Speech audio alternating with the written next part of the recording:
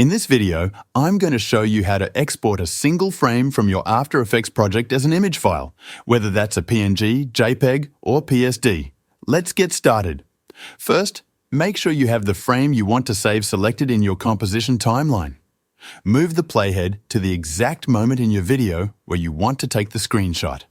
Once you've found the frame you want, go up to the top menu and click on Composition.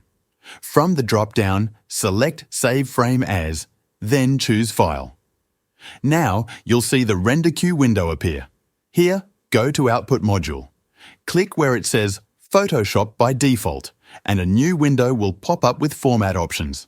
You can choose to save the frame as a JPEG, PNG, PSD, or TIFF. For this tutorial, let's focus on exporting a PNG. After selecting the format you want, click OK. Next, click on Output To. This is where you'll choose the location to save your image.